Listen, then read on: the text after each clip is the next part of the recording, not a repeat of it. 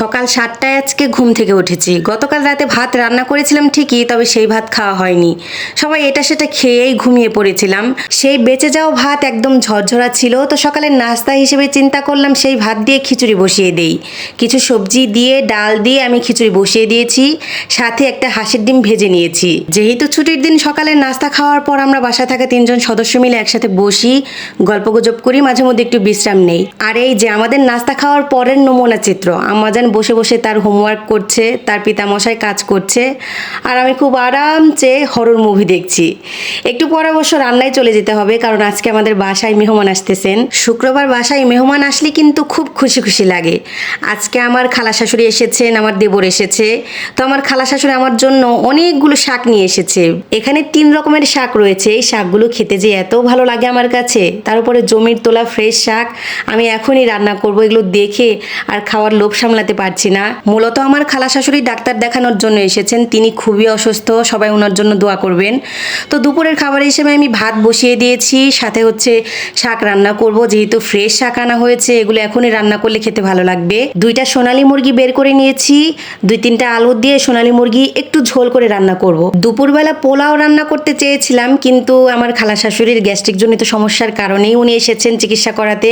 তাই ভাবলাম যে পোলাও রান্না না করে ভাত রান্না করি, সাথে একটু ভাজি, ডাল আর মাংস রান্না করি। রাতে না হয় কম তেল দিয়ে একটু বিরিয়ানি রান্না করে দিব। বাসায় কাঁচা পেঁপে ছিল না, তা না হলে মাংসটা আমি কাঁচা পেঁপে দিয়েই রান্না করতাম।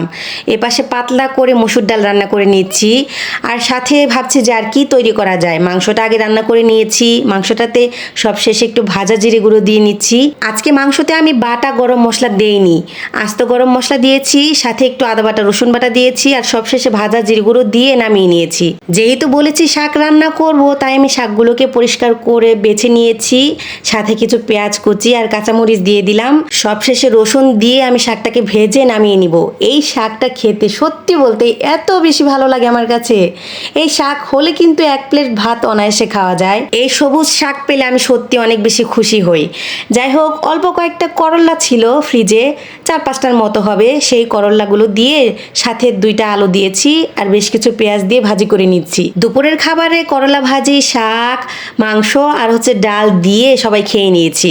সন্ধ্যা হয়ে গিয়েছে, সন্ধ্যার সময় আমরা আবার একটু বাদাম ভাজা খেয়েছি, আরও নাস্তা যা ছিল ওগুলো খেয়েছি। এরপর হচ্ছে রাতের রান্নায় চলে এসেছি। রাতে যেহেতু বলেছিলাম যে বিরিয়ানি রান্না করব, তো ওটাই করে নিয়েছি। একেবারে কম মশলা আর অল্প তেল দিয়ে আজকে বিরিয়ানিটা রান্না করেছি। অল্প একটু পরিমাণে সয়াবিন তেল দিয়েছি, আর ঘি দিয়েছি বেশি পরিমাণে। তো আজকে বিরিয়ানিটা মোটামুটি কিন্তু দেখতে সুন্দরই হয়েছে। রাতের খাবারে আমরা সবাই মিলে বসে এখন আমার হাতের একেবারে সাধারণভাবে রান্না করা মজাদার চিকেন বিরিয়ানি খেয়ে নিব।